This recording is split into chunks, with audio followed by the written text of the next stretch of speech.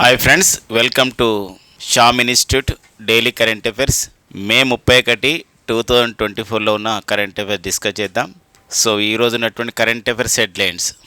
Every year కూడా May 31 మనం ప్రపంచ పొగాకు వ్యతిరేక దినోత్సవంగా వరల్డ్ నో టొబాకో డేగా నిర్వహించుకుంటాం. Protecting children from tobacco industry interference అని చెప్పేసి ఒక ఇతివృత్తంతో, అంటే ఇక్కడ ఏంటంటే ఒక యువకులని 13 to 15 ఇయర్స్ ఏజ్ గ్రూప్ వాళ్ళు ఎవరైతే ఉన్నారో పొగాకు తీసుకోవడం వల్ల వచ్చే అనారోగ్యం పైన, అనర్థాలపైన, వారికి పొగాకు తాగడాన్ని నిర్మూలించే విధంగా చర్యలు చేపట్టడానికి protecting children from tobacco industry interference అనే పేరుతో ఒక ఇతివృత్తంని ఈసారి ఇవ్వడం జరిగిందనమాట. ప్రపంచ పొగాకు వ్యతిరేక దినోత్సవం లేదా వరల్డ్ నో టొబాకో డే ఇతివృత్తం. ఇదొక హెడ్లైన్గా ఉంది. అండ్ అగ్నిబాన్ రాకెట్ ప్రయోగం విజయవంతం కావడం జరిగింది.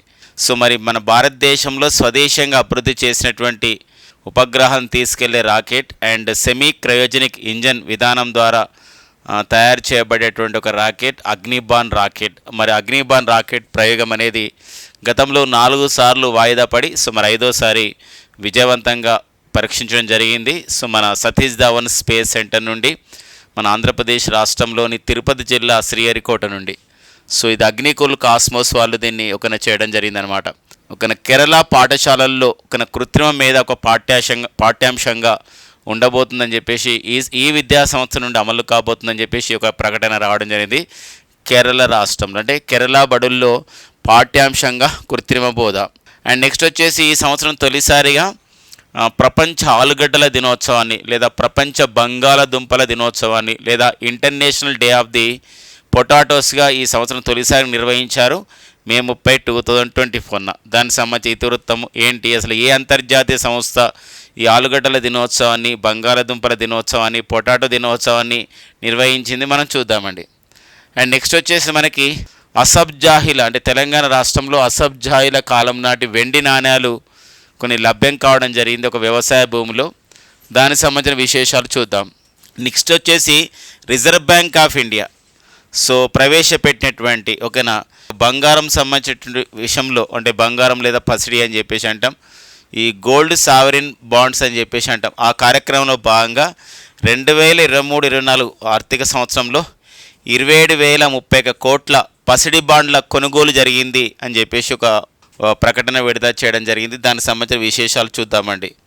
అండ్ నెక్స్ట్ వచ్చేసి మనకి భారతదేశంలోనే మొట్టమొదటి దళిత క్రికెటర్గా గుర్తింపు పొందినటువంటి పల్వంకర్ బాలు సో నేతృత్వం పల్వంకర్ బాలు సో వారి యొక్క జీవిత విశేషాలపైన ఒక సినిమా రాబోతుంది. దానికి సంబంధించినటువంటి విశేషాలు చూద్దాం. ఇది ఈరోజు మనకి 31 మే 2024లో ఉన్నటువంటి వివిధ దినపత్రికల్లో వచ్చినటువంటి సమాచారాన్ని మన కరెంట్ అఫైర్స్గా డిస్కస్ చేయబోతున్నాం. అండ్ నెక్స్ట్ వచ్చేసి ఇక్కడ మే 31, 2024 ప్రత్యేకత ఏంటంటే ఇక్కడ వరల్డ్ నో టొబాకో డే.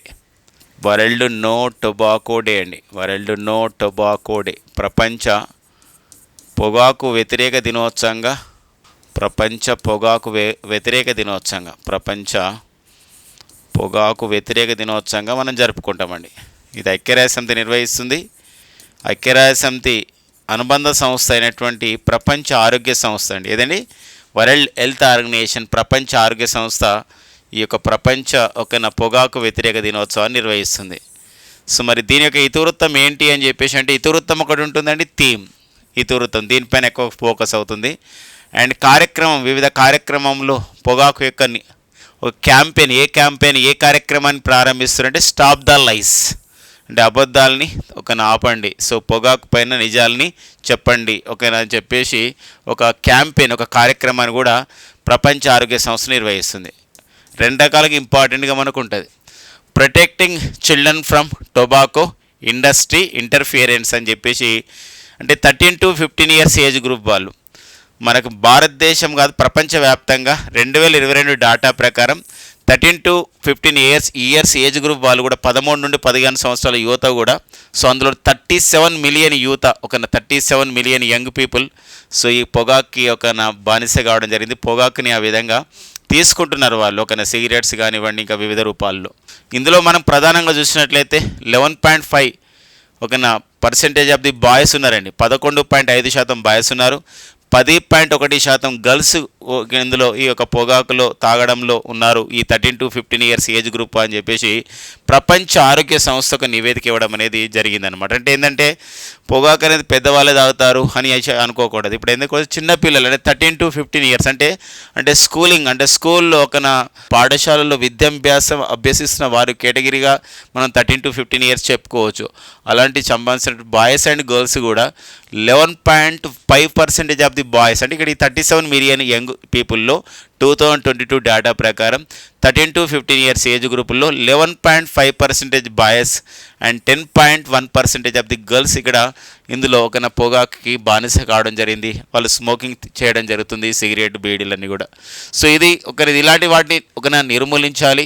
అందుకే protecting children from the tobacco industry interference, ఈ టొబాకో ఇండస్ట్రీ ఇంటర్ఫీరెన్స్లో అంటే వాళ్ళని ఈ యొక్క పొగాకు సంబంధించినటువంటి తీసుకోవడంలో వాళ్ళని భాగస్వామ్యం చేయకూడదు, వాళ్ళని నిర్మూలించాలి. స్టాప్ ద లైస్, అంటే పొగాకు వాడడం వల్ల ఎలాంటి అనర్థాలు వస్తున్నాయో మనం సమాజానికి చెప్పుకోవాలని చెప్పేసి అవగాహన కల్పించాలని దీని యొక్క ఇతివృత్తంగా మనం చెప్పుకోవచ్చు అనమాట. ఇది మనకి ఒక ఇంపార్టెంట్ థీమ్ అండి.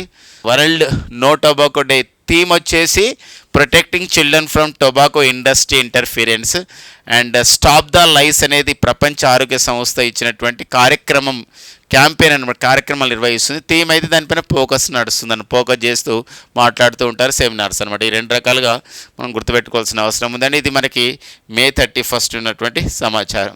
ఈ నెక్స్ట్ వచ్చేసి మనకి April 7, 2024 నుండి అగ్నిబాన్ అనే ఉపగ్రహాన్ని అగ్నిబాన్ అనే ఒక రాకెట్ని ప్రయోగించే విషయంలో వాయిదాలు పడుతూ ఉంది. దాదాపుగా 4 సార్లు వాయిదా పడింది. సో అగ్నిబాన్ రాకెట్ విజయవంతంగా ప్రయోగించడం జరిగింది, పరీక్షించడం జరిగింది. సో మరి May 30, 2024న సతీష్ ధావన్ స్పేస్ సెంటర్ నుండి May 30, 2024న సతీష్ ధావన్ స్పేస్ సెంటర్ నుండి విజయవంతంగా పంపించడం జరిగింది. మరి ఇది 6.2 మీటర్ల పొడవైనటువంటి ఒక రాకెట్ ఈ సంబంధించినటువంటి అగ్నిబాన్. దీన్ని మనకి ఇంకా సాంకేతికంగా టెక్నాలజీ పరంగా దీన్ని ఏమని పిలుస్తారంటే సాంకేతిక పరిభాషలో అగ్నిబాన్ రాకెట్ని సార్టెడ్ అని పిలుస్తారండి. సార్టెడ్ అంటే ఇది అర్థం ఏంటంటే ఎస్ అంటే ఇక్కడ సబ్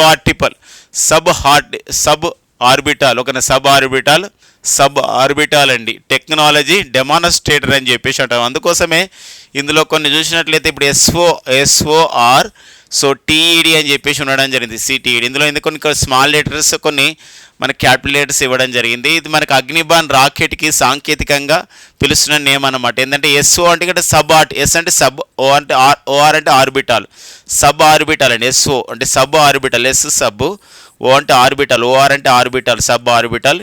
T అంటే ఏంటంటే టెక్నాలజీ డెమాన్స్ట్రేటర్ అని చెప్పేసి అంటామంటే డెమాన్స్ట్రేటర్ టెక్నాలజీ. డెమాన్స్ట్రేటర్. సో మరి ఈ సంబంధించినటువంటి రాకెట్ని విజయవంతంగా పంపించడం జరిగింది. మరి దీని యొక్క ప్రత్యేకత ఏంది అసలు అంటే ఇది స్వదేశంగా అభివృద్ధి చేయబడింది. ఇది ఒక ప్రైవేట్ స్పేస్ స్టార్టప్, అంటే ప్రైవేట్ అంతరిక్ష పరిశోధన సంస్థ అయినటువంటి అగ్నికుల్ కాస్మోస్ ఏరోస్పేస్ అంటాం. ఈ సంస్థ చేత తయారు చేయబడింది. మరి దీని యొక్క మరికొన్ని ప్రత్యేకతలు మనం చూసినట్లయితే ఇక్కడ సెమీ క్రయోజెనిక్ ఇంజన్ ఆధారితంగా తయారు చేయబడ్డ రాకెట్ ప్రైవేట్ రంగంలో ఇది గొప్పగా పరీక్షించబడింది. ఆ పరీక్ష విజయవంతం కావడం జరిగింది. అంతేకాకుండా single piece 3D printed 3 dimensional టెక్నాలజీతో ఉన్నటువంటి 3D ప్రింటెడ్ ఇంజన్ ఇక్కడ ఇంక్లూడ్ చేయడం జరిగింది. ఇది కూడా ఎంతో విజయవంతంగా తన పనిని చేసుకోవడం జరిగింది అనమాట. అంతేకాకుండా ఏవియానిక్స్ ఆర్కిటెక్చర్తో నిర్మితం కావడం జరిగింది. నిర్మాణం అనేది ఏవియానిక్స్ ఆర్కిటెక్చర్. ఏవియానిక్స్ అంటే అర్థమైందండి ఇక్కడ. సో విమానయానం అనేది ఎలా వెళ్తుందో, విమానం ఎలా వెళ్తుందో ఆ టెక్నాలజీతో దీన్ని తయారు చేయబడింది. ఇంకొకటి ఆటో పైలట్ సాఫ్ట్వేర్, అంటే సాఫ్ట్వేర్ అనేది ఏదైతే అది సాఫ్ట్వేర్ అంటే ఎలా దానికి సంబంధించిన ప్రాజెక్టు నిర్మించబడింది, ఎలా దానిలో ఉన్నటువంటి సాంకేతికత ఏంది. అలా ఆటో పైలట్ ఏంటంటే సొంతంగా కూడా ఆటో పైలట్ అంటే సొంతంగా అది ముందుకెళ్తుంది, అంటే పైలట్ లేకున్నా సొంతంగా ముందుకెళ్ళి ఆటో పైలట్ సాఫ్ట్వేర్ని సొంతంగా ఇది అంటే అలాంటి సాఫ్ట్వేర్ని ఇంక్లూడ్ చేసుకోవడం జరిగిందనమాట.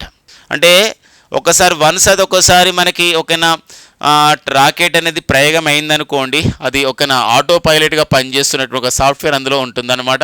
సో ఇది మనకి 30 కేజీల నుండి 300 కేజీల పేలోడ్ సామర్థ్యం ఉంది. ఇక్కడ పేలోడ్ అంటే ఏంటంటే ఇది ఇప్పుడు ప్రజెంట్ రాకెట్ మాత్రమే ప్రయోగించడం జరిగింది.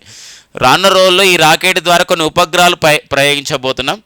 ఈ రాకెట్ ద్వారా ప్రయోగించే ఉపగ్రహాల బరువు వచ్చేసి ఇక్కడ 30 కేజీల నుండి 300 కేజీల పేలోడ్ సామర్థ్యం అనేది ఉంటుంది అనమాట. అంటే చిన్న చిన్న ఉపగ్రహాలని పంపించడానికి ఎంతో ఒక గొప్ప అయినటువంటి ఒక సాంకేతికత దీని సొంతమైందని చెప్పొచ్చు అనమాట. అంటే ఫస్ట్ టైం మన భారతదేశంలో స్వదేశంగా నిర్మించినటువంటి మన భారతదేశంలో తొలి అంతరిక్ష పరిశోధన సంస్థ అయినటువంటి అంటే అంతరిక్ష పరిశోధన సంస్థ ప్రైవేట్ రంగంలో ఏర్పాటు చేయబడేటువంటి ఈ అగ్నికుల్ ఏరోస్పేస్ అంటే ఐఐటి మద్రాస్ సంస్థ చేత ఇంక్యుబేటెడ్ అంటే ఏంటంటే స్టార్టింగ్లో దానికి ఒక సపోర్ట్ చేసే ఒక సంస్థను మనం ఇంక్యుబేటెడ్గా పిలుస్తాం. అక్కడ సాంకేతిక సహకారం కానివ్వండి, పరిశోధన సహకారం అందించడం, ఇలా ఐఐటి మద్రాస్ సహాయంతో 2017లో శ్రీనాథ్ రవిచంద్రన్ నేతృత్వంలో ఏర్పాటు చేయబడేటువంటి సంస్థ. సో మరి ఈ అగ్నికుల్ కాస్మోస్ సంస్థ ఈ ప్రయోగం విజయవంతం కావడం అనేది పలువురు ప్రముఖులు కూడా దీనికి శుభాకాంక్షలు తెలియచేయడం జరిగింది అనమాట. ఇది ఒక మనకి ఎగ్జామినేషన్ పాయింట్ ఆఫ్ వ్యూ ప్రతి అంశం కూడా ఇక్కడ ఇంపార్టెంట్గా మనకు ఉంటుందండి. ఇది మనకి అంటే ఇది ఇంత సాంకేతికత అభివృద్ధి అయిందంటే ఇక్కడ మనం చూసుకోవాల్సిన అవసరం ఉంది. ఈ అగ్నిబాన్ అని చెప్పేసి అంటాం రాకెట్ని. దీన్ని సాంకేతికతంగా ఏమని పిలుస్తాం టెక్నాలజీ పరంగా అంటే సార్టెడ్ అని పిలుస్తాం. మరి ఇలాంటి అగ్నిబాన్ రాకెట్ ఎవరు అభివృద్ధి చేశారంటే అగ్నికుల్ అనే ఒక కాస్మోస్ ఏరోస్పేస్ సంస్థ వాళ్ళు.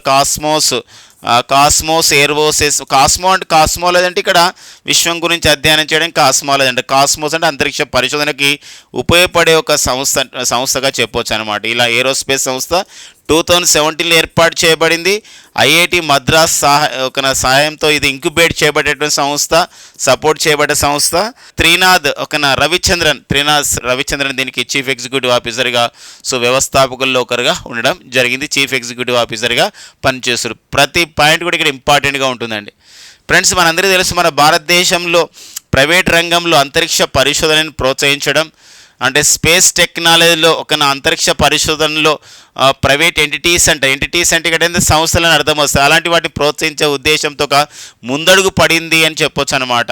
ఎందుకోసం అంటే 2020లో మన భారతదేశంలో ప్రైవేటు స్పేస్ స్టార్టప్ని ఎంకరేజ్ చేసే ఉద్దేశంతోనే ఇన్స్పేస్ అనే సంస్థను మన భారత ప్రభుత్వం నెలకొల్పడం జరిగింది. వాట్ ఈస్ ఇన్స్పేస్ ఫ్రెండ్స్ అంటే ఇక్కడ Indian National Space Promotion Authorization Centre అని చెప్పేసి అంటాం. Indian National Space Promotion Authorization Centre Bhopal మరియు అహ్మదాబాద్ కేంద్రంగా పనిచేస్తున్నటువంటి సంస్థ. పవన్ గోయాంక దీనికి చీఫ్ ఎగ్జిక్యూటివ్ ఆఫీసర్గా పనిచేస్తారండి పవన్ గోయాంక. సో ఈ నేపథ్యాన్ని కూడా మనం గమనించాలి అండ్ గుర్తుపెట్టుకోవాల్సిన అవసరం ఉంటుందండి. సో వెరీ వెరీ ఇంపార్టెంట్ విషయం అండి ఇన్స్పేస్ సంస్థ. మరి ఇలాంటి ఈ సంస్థలో మన గతంలో మనం చూసినట్లయితే స్కైరూట్ ఏరోస్పేస్ సంస్థ కూడా ఉంది. స్కైరూట్ ఏరోస్పేస్ సంస్థ అనేది హైదరాబాద్లో ఉన్న టీ హబ్ అనే ఒక సంస్థ చేత ఇంక్యుబేటెడ్ చేయబడేటువంటి సంస్థ. వాళ్ళ అభివృద్ధి అంటే ఈ స్కైరూట్ ఏరోస్పేస్ వాళ్ళు అభివృద్ధి చేసినటువంటి రాకెట్ పేరు వచ్చేసి విక్రమ్ రాకెట్ లేదా విక్రమ్ ఎస్ రాకెట్ అని చెప్పేసి అంటాం. దానికి ఈ మధ్యలో మనం ప్రారంభ అనే పేరుతో 2023 నవంబర్లో విజయవంతంగా పరీక్షించడం జరిగింది. అది ఒక రకమైన సాంకేతికత. ఇది సెమీ క్రయోజనిక్ ఇంజన్ ఆధారితంగా స్వదేశంగా అభివృద్ధి చేయబడ్డటువంటి మొదటి సింగిల్ ఫీజ్ 3D ప్రింటెడ్ ఇంజన్తో ఇలాంటి ఒక ప్రత్యేకతలతో ఇది పరీక్షించబడేటువంటి ఒక రాకెట్గా మనం గుర్తుపెట్టుకోవాల్సిన అవసరం మనకు ఉంటుందండి. అంటే ఇవన్నీ కూడా ఇస్రోకి అనుబంధంగా పనిచేస్తూ ఇస్రో యొక్క కార్యకలాపాలను మరింతగా రేపు ఆ విధంగా పెంచే అవకాశం మనకు ఉంటుంది. సో మరి ఇలాంటి నేపథ్యం అన్నట్టు ఇంకొక విషయం ఆల్రెడీ డిస్కస్ చేసుకోవాల్సిన అవసరం ఉంది. మరి మే 30, 2024 అగ్నిబాన్ రాకెట్ని లేదా సార్టెడ్ అనే రాకెట్ని విజయవంతంగా పంపించారు. ఎక్కడి నుండి దీన్ని విజయవంతంగా పరీక్షించడం జరిగిందంటే సతీష్ ధావన్ స్పేస్ సెంటర్ ఆంధ్రప్రదేశ్లోని తిరుపతి జిల్లాలోని శ్రీహరికోట నుండి అనమాట. ఓకేనా. నెక్స్ట్ వచ్చేసి మరికొన్ని కరెంట్ అఫైర్ చూద్దామండి.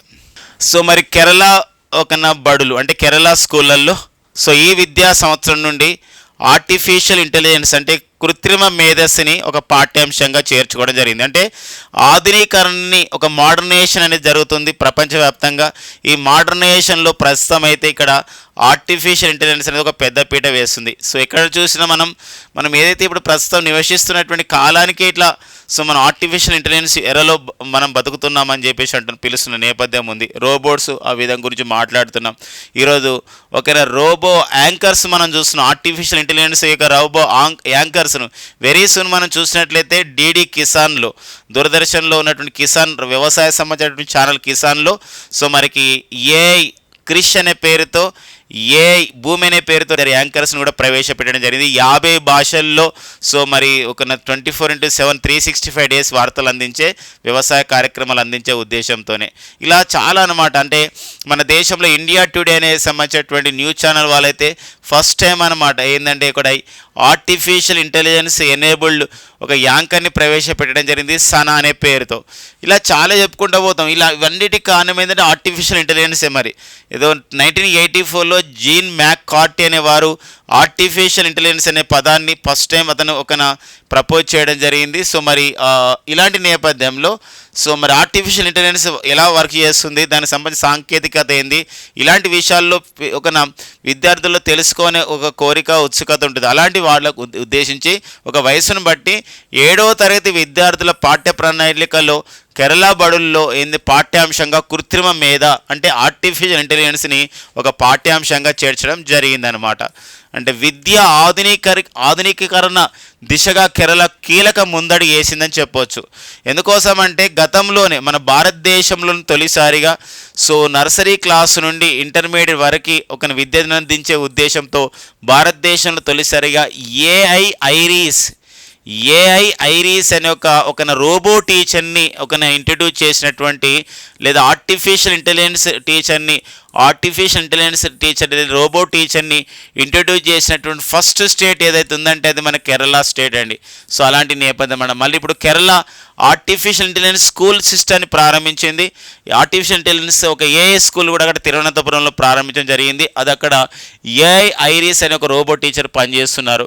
ఇలాంటి నేపథ్యంలో ఇలా తొలిసారిగా దేశంలో ఫస్ట్ టైం ఆర్టిఫిషియల్ ఇంటెలిజెన్స్ని ఒక పాఠ్యాంశంగా కేరళ రాష్ట్రం ఇంట్రడ్యూస్ చేసింది. అది ఏ క్లాస్లో ఇంట్రడ్యూస్ చేసింది అన్నప్పుడు అది 7th క్లాస్ అని చెప్పేసి గుర్తుపెట్టుకోవాల్సిన అవసరం ఉందండి.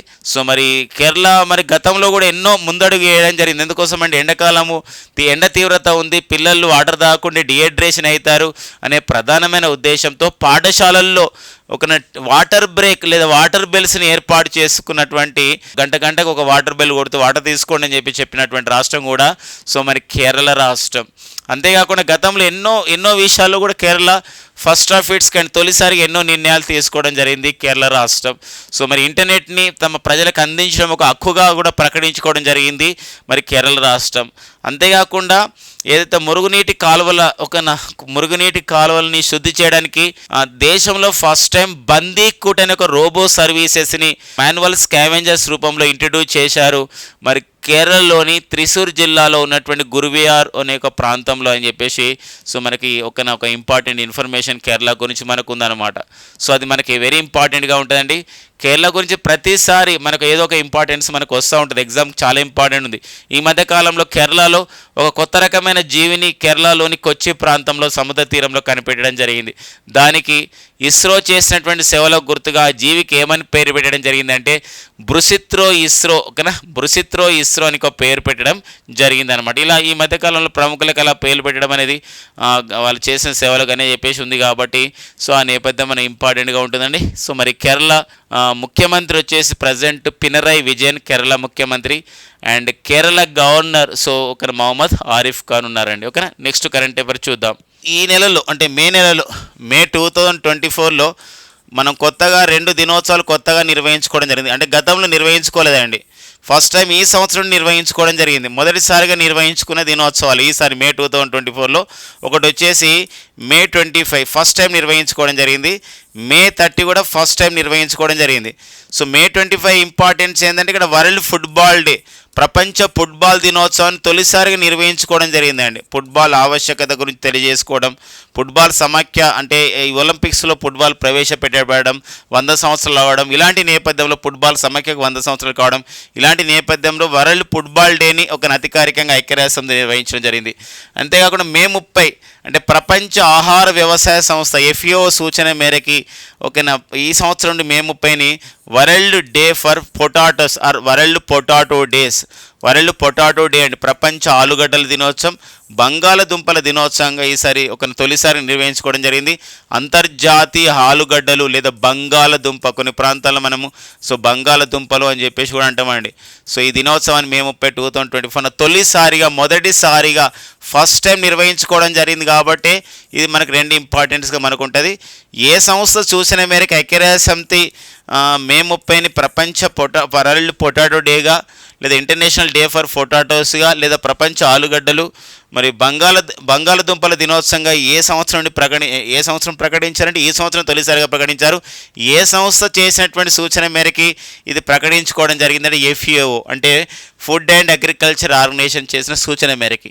అండ్ నెక్స్ట్ వచ్చేసి ఇక్కడ ఒక దినోత్సవానికి ఒక ఇతివృత్తాలు కూడా అడుగుతున్న నేపథ్యం ఉంటుంది. కాబట్టి మరి FAO మన ఫుడ్ అండ్ అగ్రికల్చర్ ఆర్గనైజేషన్ ఇచ్చినటువంటి అంటే ఈ సూచనతో ఐక్యరాజ్య సమితి ప్రకటించిన అంతర్జాతీయ ఆలుగడ్డల దినోత్సవం ఇతివృత్తం ఏంటంటే ఇక్కడ హార్వెస్టింగ్ డైవర్సిటీ ఫీడింగ్ హోప్ అంటే విభిన్నతని మనం పంటలు పండిద్దాం, విభిన్నమైన పంటలు పండిద్దాం, ఇది ఫీడింగ్ హోప్, ఇది అందరికీ ఇది ఆహారాన్ని అందిస్తుంది అని చెప్పేసి ఒక ఇతివృత్తం అనేది ఇవ్వడం జరిగింది. మరొకసారి మే 30, 2024 ప్రపంచ ఆలుగడ్డల దినోత్సవ ఇతివృత్తం హార్వెస్టింగ్ డైవర్సిటీ ఫీడింగ్ హోప్ అనే ఇతివృత్తంతో ఇవ్వడం జరిగింది అనమాట. ఇంపార్టెన్స్ ఉంటుంది. ఈ దినోత్సవం FAO కాబట్టి మరి FAO సూచన మేరకే ఐక్యరాజ్య సమితి ఈ సంవత్సరం 2024ని ఇంటర్నేషనల్ ఇయర్ ఆఫ్ ది క్యామలిడ్స్ అంతర్జాతీయ ఒంటెల సంవత్సరం కూడా FAO సూచన మేరకే ప్రకటించడం జరిగిందండి. ఇది కూడా మనకి ఇంపార్టెంట్గా ఉంటుంది. FAO సూచన మేరకే మళ్ళీ ఆలుగడ్డల దినోత్సవాన్ని ప్రకటించడం జరిగింది. ఈ రెండు పాయింట్స్ మనం చూసుకుంటూ FAO గురించి చెప్పుకునే ప్రయత్నం చేద్దాం. FAO అనగా ఫుడ్ అండ్ అగ్రికల్చర్ ఆర్గనైజేషన్, ప్రపంచ ఆహార వ్యవసాయ సంస్థ. 1945 అక్టోబర్ 16 ప్రపంచ ఆహార వ్యవసాయ సంస్థ ఏర్పాటు చేయబడడం జరిగింది. ఇటలీ రాజధాని రోమ్ కేంద్రంగా FAO పనిచేస్తుంది. ప్రజెంట్ FAOకి ఒక డైరెక్టర్ జనరల్గా పనిచేస్తున్న వారు చైనా దేశానికి చెందినటువంటి క్యూ డొంగ్యూ అండి. Qu Dongyu. FAO food and agriculture organisation 1945 October 16 ఏర్పాటు చేయబడిన నేపథ్యంలోనే every year October 16 we celebrate as a world food day, ప్రపంచ ఆహార దినోత్సవాన్ని మనం జరుపుకుంటున్నాం. ఓకేనండి. ఇదొక మరొక కరెంట్ అఫైర్కి వెళ్దాం. కేంద్ర పరిశ్రమలు వాణిజ్య శాఖ వాళ్ళు ఇచ్చిన ఒక నివేదిక, department for the promotion industry and internal trade అని చెప్పేసి అంటాం. ఇది DPIIT. మరి ఒక కేంద్ర పరిశ్రమలు వాణిజ్య శాఖ పరిధిలో పనిచేస్తున్నటువంటి సంస్థనే DPIIT, department for promotion industry and internal trade. ఈ సంబంధించినటువంటి నివేదిక ప్రకారం ఏంటంటే విదేశీ ప్రత్యక్ష పెట్టుబడులు అండి, ఫారిన్ డైరెక్ట్ ఇన్వెస్ట్మెంట్. ఈరోజు వివిధ దినపత్రికలో దీనిపైన కొన్ని వార్తలు రావడం జరిగింది, కొన్ని ఆర్టికల్స్ కూడా రావడం జరిగింది. మరి విదేశీ ప్రత్యక్ష పెట్టుబడులు అంటారు ఫారిన్ డైరెక్ట్ ఇన్వెస్ట్మెంట్. మరి ఫారిన్ డైరెక్ట్ ఇన్వెస్ట్మెంట్స్ని ఆకర్షించడంలో లేదా ఫారిన్ డైరెక్ట్ ఇన్వెస్ట్మెంట్స్ అనేది 2023 అండ్ 2024 2023-24 ఆర్థిక సంవత్సరంలో దేశంలో విదేశీ ప్రత్యక్ష పెట్టుబడులు మరి ఎంతకు చేరాయి, ఎంత రావడం జరిగింది, ఏ దేశాల నుంచి ఎక్కువగా వచ్చాయి. మరొక విషయం ఏంటంటే మన భారతదేశంలో ఏ రాష్ట్రాలలో ఎక్కువగా విదేశీ ప్రత్యక్ష పెట్టుబడులు వచ్చాయి, అదొక ఇంపార్టెన్స్గా మనం చూసుకోవాలండి. ఇక్కడ మొత్తం ఇది ఒక కరెంట్ ఎకనమీ విషయంలో, కరెంట్ ఎకనమీ గుర్తుపెట్టుకోండి, టాపిక్ చాలా చాలా ఇంపార్టెంట్.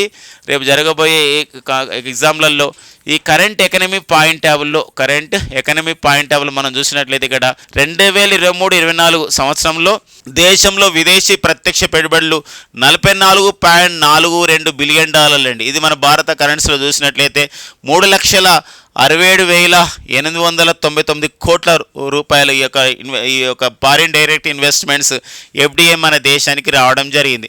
మరి ఏ దేశం నుండి ఎక్కువగా విదేశీ ప్రత్యక్ష మన దేశానికి విదేశీ ప్రత్యక్ష పెట్టుబడులు వచ్చాయి 2023-24 ఆర్థిక సంవత్సరంలో అంటే ఇక్కడ మారిషస్ మొదటి స్థానం ఉంది.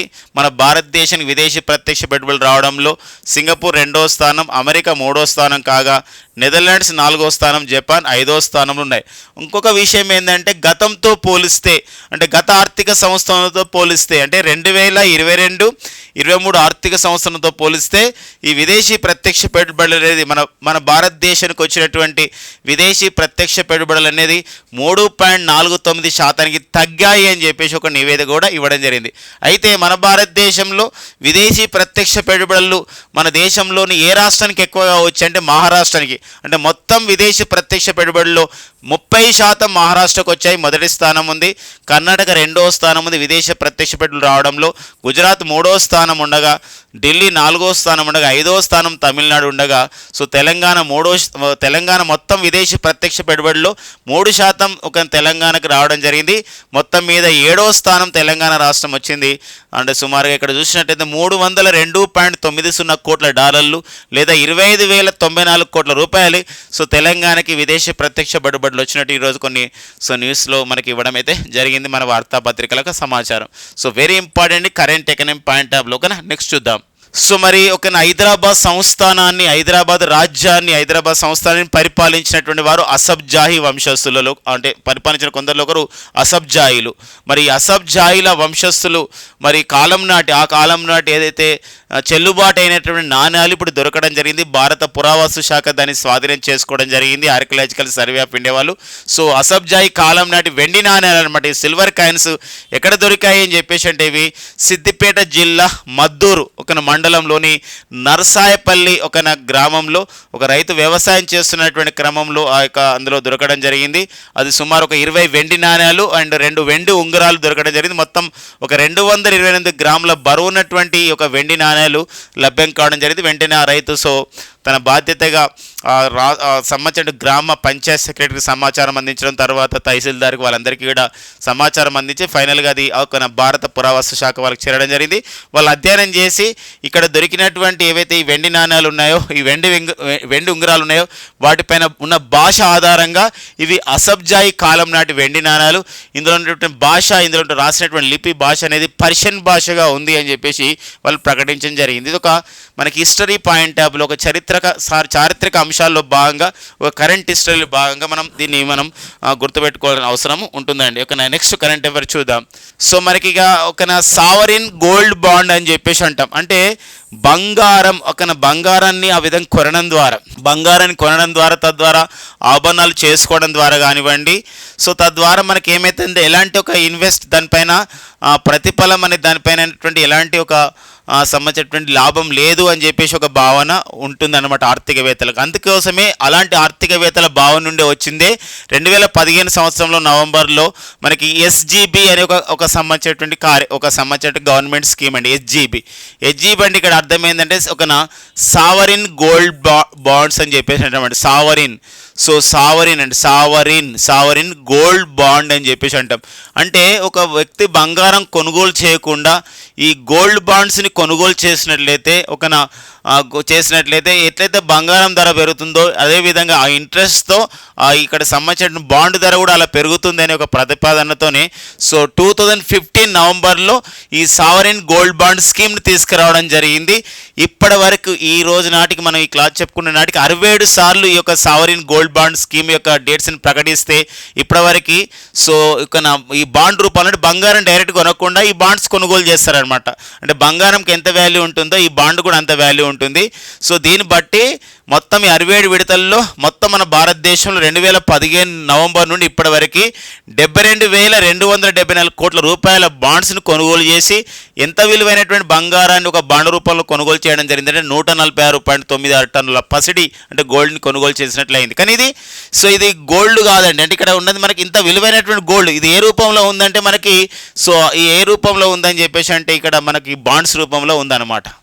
అంటే ఈ మనీ అనేది అంటే గోల్డ్ కొన్నామనుకోండి అది ఒక ఆర్థిక వ్యవస్థలోకి రాదు. బట్ ఇక్కడ అదే మనం ఇదే బాండ్స్ కొనుక్కున్నాం అనుకోండి, ఈ డబ్బులు అనేది మనకు ఆర్థిక వ్యవస్థలో ఫ్లోటింగ్ అయితే అది ప్రధానమైన ఉద్దేశం అంటే ఆర్థికవేత్తలది. సో అందుకే 2023-24 ఆర్థిక సంవత్సరంలో 27,031 కోట్ల పసిడి బాండ్ల కొనుగోలుని చేయడం జరిగింది. రిజర్వ్ బ్యాంక్ ఆఫ్ ఇండియా ఒక ప్రకటనలో తెలియజేయడం జరిగింది అనమాట.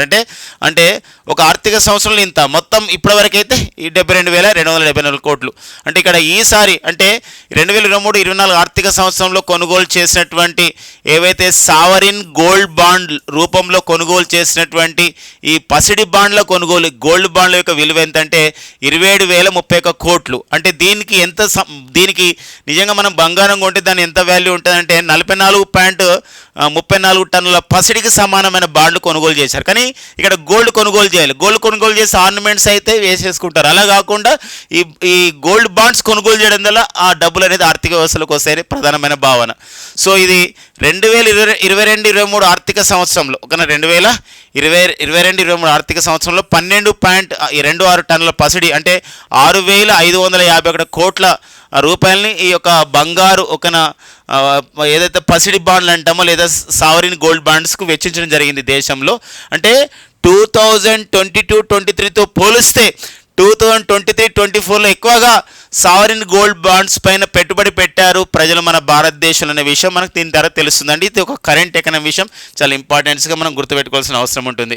అండ్ నెక్స్ట్ వచ్చేసి మనకి సినిమాల పైన, బయోపిక్స్ పైన, అంటే నిజ జీవిత కథల ఆధారంగా వచ్చినటువంటి సినిమాల పైన మనకి ఎప్పుడు కాంపిటేటివ్ ఎగ్జామ్లు అడుగుతున్న నేపథ్యం మనకు ఉంటుందండి. సో మనకి గతంలో అడగడం జరిగింది MS Dhoni untold story. So మనకి మన భారత మాజీ కెప్టెన్ అయినటువంటి క్రికెట్ కెప్టెన్ ఎంఎస్ ధోని వారి నిజ జీవిత కథ ఆధారంగా తెరకెక్కించిన చిత్రం ఎంఎస్ ధోని అన్టోల్డ్ స్టోరీ. ఆ సినిమా దర్శకుడు ఎవరని చెప్పేసి అడగడం జరిగింది. అప్పుడు నీరజ్ సుపాండే. మరి అందులో మరి ప్రధాన పాత్రను పోషించడం ఇలా అడుగుతున్న నేపథ్యం గతంలో వచ్చిన క్వశ్చన్స్. ఇప్పుడు మనకి పల్వంకర్ బాలు ఎవరండి? పల్వంకర్ బాలు అంటే మన భారతదేశంలో మొట్టమొదటి దళిత క్రికెటర్ అండి.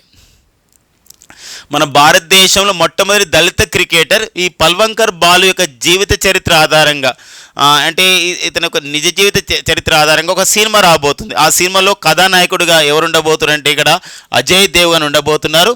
అయితే ఈ సినిమా అనేది ఏ పుస్తకం ఆధారంగా తెరకెక్కిస్తున్నారంటే ఒక ప్రముఖ చారిత్రకారుడు అండ్ ఒక క్రికెట్ విశ్లేషకుడు అయినటువంటి రామచంద్ర గుహ రచించినటువంటి a corner of a foreign field అనే అనే పుస్తకం ఆధారంగా ఈ యొక్క పల్వంకర్ బాలు జీవిత చరిత్ర తెరకెక్కిస్తారు అనమాట. ఒక ఇంపార్టెంట్గా మనం చూసుకోవాల్సిన అవసరం ఉందండి. అజయ్ దేవ్గన్ ఈ సినిమాకి ఈ కథానాయకుడు ఉండబోతున్నాడు. పల్వంకర్ బాలు పాత్రను పోషించబోతున్నారు. ఈ సినిమాకు దర్శకుడుగా తిగ్మాన్షుబ్ ధూలియా ఉండబోతున్నారు అనమాట. అదొకటి మనకు లీడ్ రోల్ ప్లే చేసిన వారు ఎవరిక జీవిత చరిత్ర, ఏ యొక్క నవల ఆధారంగా తెరకెక్కిస్తున్నారు లాంటి విషయాలు మనకి ఇంపార్టెంట్గా ఉంటుంది. ఆల్రెడీ మనకు అజయ్ దేవ్గన్ బాలీవుడ్ నటుడు.